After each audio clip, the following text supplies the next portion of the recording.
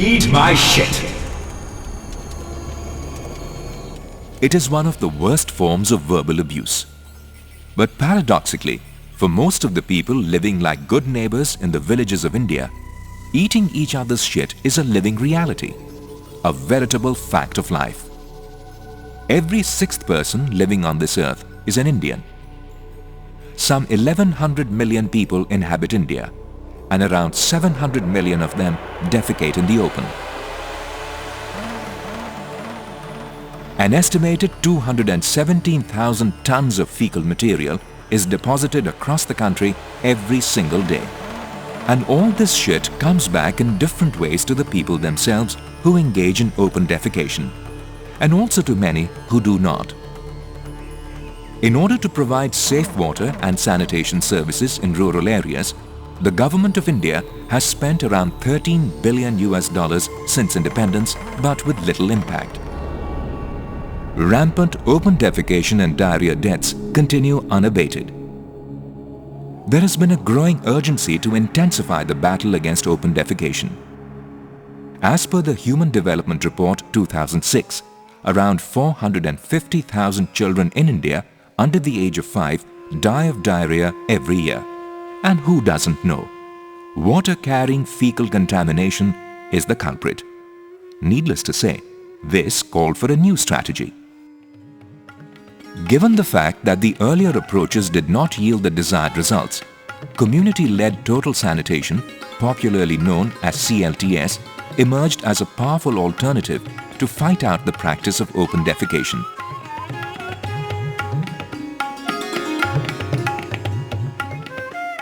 It was radical. It was developed by Kamal Kar. This is an innovative approach, and this approach is an approach which empowers community to really take action, collective local action, and improve their own environmental sanitation. This approach believes in constructing people rather than toilets. People who can analyze their own situation and work out local solutions. The fact that it works is attracting a large number of agencies and people working in the field of sanitation. CLTS is usually introduced through training of trainers' workshops to begin with.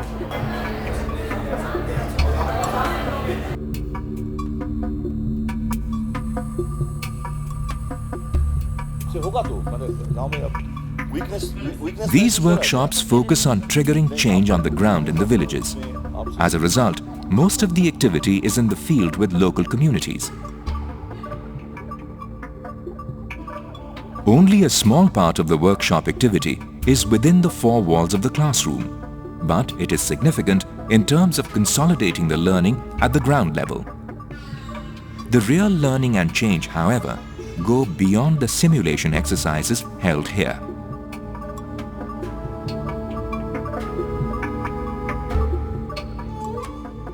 The CLTS facilitators know it pretty well that they have to encounter prying eyes and strange looks from people as they enter the village on their mission. At times there is an apparent mistrust in the eyes of the people, as if they want to know as to what is up now. Then there are humorous exchanges. Soon enough, facilitators and people mingle with each other, knocking off initial hesitation and misgiving. Discomfort disappears, and people come forward to take part in the discussions freely. The facilitators have already imbibed the message that they have to listen to people rather than talk. They help people analyze their own situation and help them explore and initiate the required collective action on their own. To find out the real story, there is an attempt to track as to who sits where for defecation. This is done by drawing a map of the defecation areas and practices on the ground. The map is drawn by the people themselves. This map is known as the defecation map. After the defecation map, people are asked to calculate the fecal material being left open in the village on a daily basis.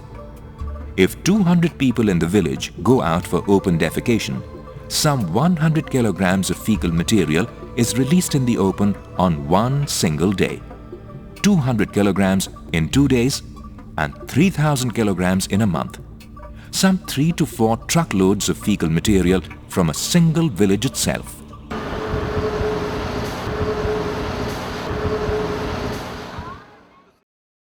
Facilitators ask the people to take them to defecation areas.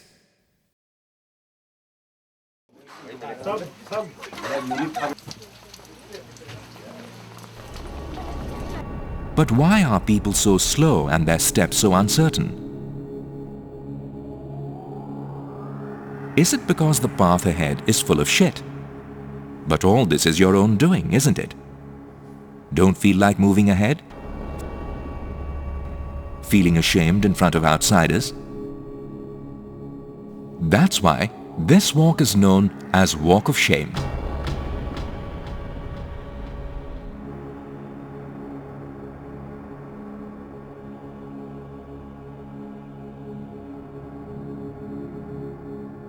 It is rather a story of no open defecation. And this no open defecation, nobody is allowed to defecate in the open, is this rule is imposed by the community themselves. And then in the course of analysis comes up the big question as to where does the feces go?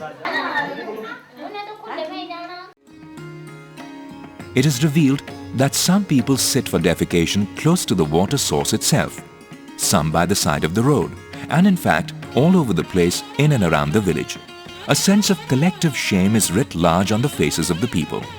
This is followed by a grim silence. No words are exchanged.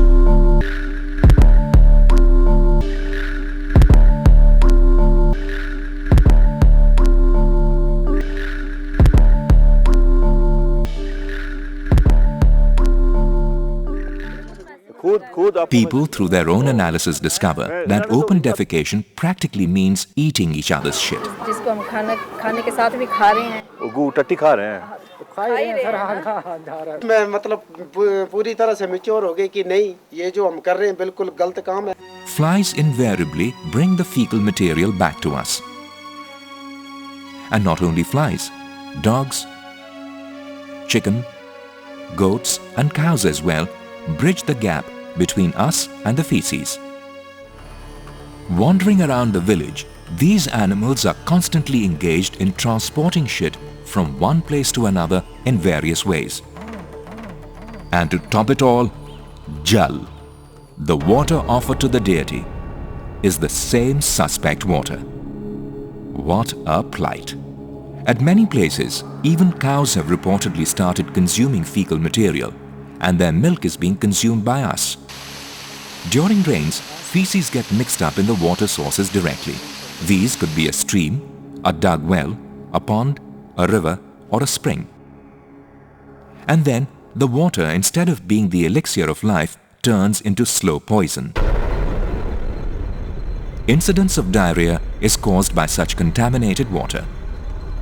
Around 20 children would have lost their lives due to diarrhea in India by the time you finish watching this film.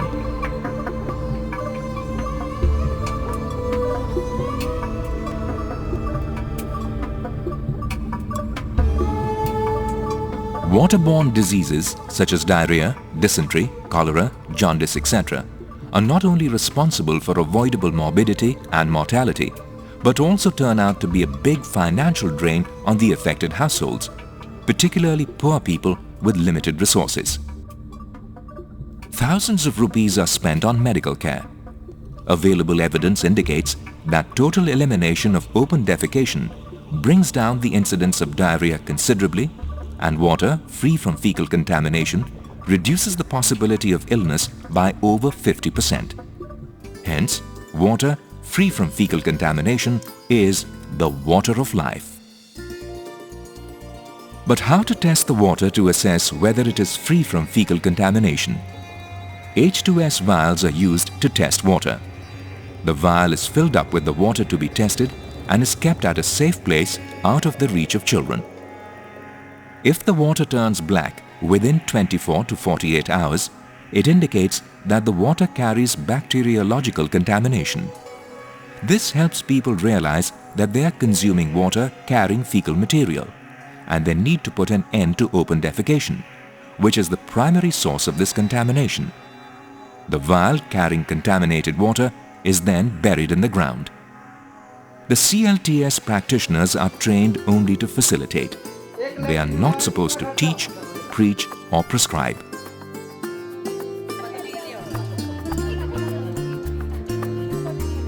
All they are supposed to do is to make people think, help them analyze, and also to look for natural leaders emerging in the village itself. These are the ones with passion to stand up against the evil of open defecation. And those people are there. They carry the smouldering embers within, and all one needs to do is to stoke the fire. Krishna from Jajarot village in district Mandi is one such person. She got the women together and resolved to act immediately. There are many like Krishna who are leading the movement of sanitation in their respective villages across Himachal Pradesh in India and elsewhere. तो मुझ में इतनी आग भर दी कमलकार sir जी ने कि मैं रुक ना सका यहाँ पर, और मैं 50-60 किलोमीटर दूर मेरे घर हैं, मैं वहाँ चला गया और रात को मैंने 8 बजे पहुँचा, मैंने खाना खाया और मैंने अपनी लैट्रिन खोदना शुरू कर दी और 11 बजे तक मैंने खड्डा तैयार कर दिया। सवेरे मैं यहाँ 11 बजे पहुँचा, 6 बजे से लेकर के 10 बजे तक मैंने वो कंप्लीट कर दी। तो क्या वो आग नहीं है? आग है हम में भी, हम कर सकते हैं ये। बार बस मैंने घर वालों की तरह कहा कि आप नहीं यहाँ पे बैठना। उन्होंने कहा कि क्या बात है, ऐसी बात क्या हो गई, आप ट्रेनिंग किस ट्रेनिंग के लिए जा रहे हैं? मैंने कहा आज मेरे पास वक्त नहीं बताने के लिए, आप बस बैठो, इसमें बैठना है आपने, इसमें बैठना है, किसी ने बाहर नहीं बैठ जाना है, वापस आकर के बताऊंगा। और मैं ये वायदा करता हूँ कि मेरा जो गाँव है उसे मैं 10 दिनों के अंदर बाहर हगना बंद करा दूंगा। भूख वगैरह वहाँ का बंद करवा देती हूँ तो मुझे क्या नाम मिलेगा? तो मैं तो ये समझती हूँ कि इनको सबसे बड़ा नाम तो यही मिलेगा कि ना तो खुद गू खाएगी और ना किसी दूसरे को खाने देगी। इससे बढ़िया हमें और क्या मिल सकता है? तो किलो से शुरू हुए, क्विंटल पे पहुंचे और बाद में टन में पहुंच गए। और मैं इतना हैरान हुआ कि मैं वहाँ का प्रधान हूँ और मैं यानी कि सोच भी नहीं सकता था कि इतने टनों के हिसाब से 1 महीने में, यानी कि वो जो गू है जो पूरा वो क्लाइमेट को और पूरे आसपास और गाय और ये कुत्ते वगैरह सब खा रहे। मुझे इतनी हैरानी है इस बात की। मैंने तो ये सोचा कि मैं तो अगर हफ्ता महीना 1.5 महीना जितनी जल्दी से जल्दी हो सकता है यानी कि उसको टोटल फ्री कराऊं। दावा करने की बात नहीं, उसके बाद तो खैर जाएंगे नहीं, भले हम कच्ची सी कोई आइटम बनाएंगे, खड्डा बनाएंगे, लेकिन आज से हमने बंद बिल्कुल। अभी इस गांव में भी वो उन्होंने खड्डे अपने आप एक दिन में खोदना शुरू कर दिए कि हम बाहर जाना बिल्कुल पसंद नहीं करेंगे। 2 ड्रम से ठीक है, बस उसके बाद हमने इसको पक्का खड्डा देके बनाना है। अब ना पंचायत का प्रधान उप प्रधान है, वार्ड सदस्य नहीं हूँ, फिर भी मेरी जिम्मेदारी बनती है कि मैं अपने गांव के लोगों को स्वच्छ रहने के लिए प्रेरित करूँ। CLTS exercises such as defecation map, walk of shame, calculation of fecal material, calculation of medical expenditure, and flow diagram of fecal-oral transmission routes can be done in any sequence as per local requirements. But the most important thing in the process is the ignition moment. It is the moment when there is a collective community realization that open defecation amounts to eating each other's shit and that the open defecation must be stopped immediately. The facilitator has to recognize this moment and thank the villagers for the analysis and seek their permission to leave. It is critical not to be prescriptive. The facilitator has to refrain from offering any advice, either for constructing toilets or stopping open defecation. At this juncture, people often seek the help of facilitators in terms of ideas and information about how to end open defecation. People at times also say that the toilets are costly and everyone in the community may not be able to afford one. In response to this, the facilitator draws a simple direct pit latrine on a chart paper, a low-cost option as used by others in other villages. This breaks the myth that a toilet is expensive and unaffordable, and that it can take 15 to 20,000 rupees to construct one. It establishes that a toilet can be constructed even in 100 to 200 rupees, in fact, even in less than that. What people, particularly the poor, often do can be termed a sanitation ladder, where they start with simple low-cost toilets and gradually move up the ladder with more sophisticated designs, both in the substructure and the superstructure. The people innovate their own toilet designs.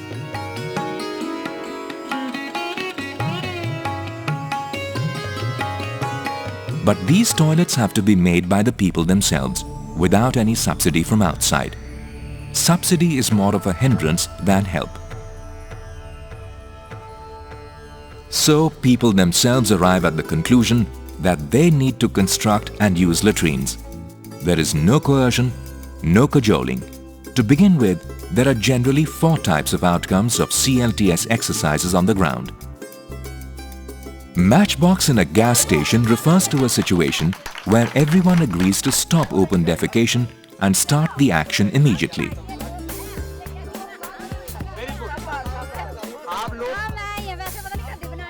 Promising flames is the situation where most of the people have agreed to stop open defecation, but a sizable section is still undecided. Scattered sparks is the situation where the majority is undecided, but few individuals in the community agree to act promptly. Damp matchbox is the situation where CLTS exercises are not able to trigger any positive response at all. In most of the cases, the demand is generated, and once the demand is there, facilitators start helping the community members in planning and monitoring their activities to end open defecation. Villagers form their sanitation committee and start monitoring the process. The follow-up activities, such as mobilizing natural leaders, sharing of different technology options, and of information related to supplies as per demand of the community, are critical for achieving an open defecation-free environment.